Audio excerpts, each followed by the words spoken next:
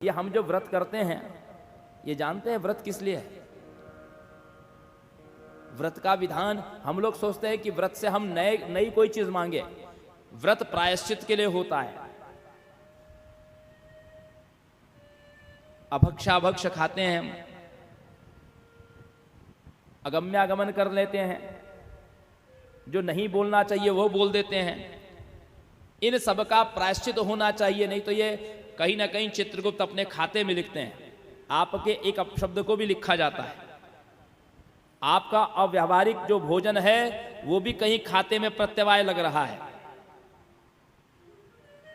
इतना आसान नहीं है कि एक अंडा फोड़ करके ऑमलेट बना के खा लिया आपने और आपका नाश्ता हो गया तो सब बात खत्म हो गई। नहीं, आपने किसी एक जीव को जन्म लेने से रोका है, उसका प्रायश्चित है आपका।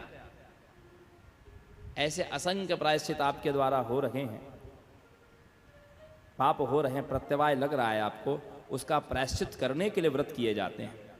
एकादशी आदि, रविवार के व्रत, पर्व आदि के व्रत, उन समस्त पापों को जो आपके जाने में और अनजाने में हो रहे हैं उनका इसी जन्म में प्रायश्चित हो जाए, अन्यथा दूसरा शरीर लेकर के बहुत कष्ट भोगना पड़ेगा। इसलिए प्रत्येक व्यक्ति को व्रत उपवास आदि करना ही चाहिए, तीर्थों का सेवन करना ही चाहिए, यदा कदा यज्ञ आदि में भाग लेना ही चाहिए, पौराणिक कथाओं को सुनना ही चाहिए, घर में ईश्वर की उपासना, पूजन, संध्योपासन आदि कर्म करना ही चाहिए। और नहीं, जब आप इन कृत्यों में यदि प्रमाद करेंगे तो आपके पापों का भार इतना हो जाएगा कि आप चाह करके भी, इच्छा भी होगी तो आपको पूजा का फल नहीं मिलेगा, पूजा करने का अवसर ही नहीं मिलेगा। जब पापों का बोझ बहुत अधिक हो जाता है तो व्यक्ति इन अवसरों से भी वंचित हो जाता है।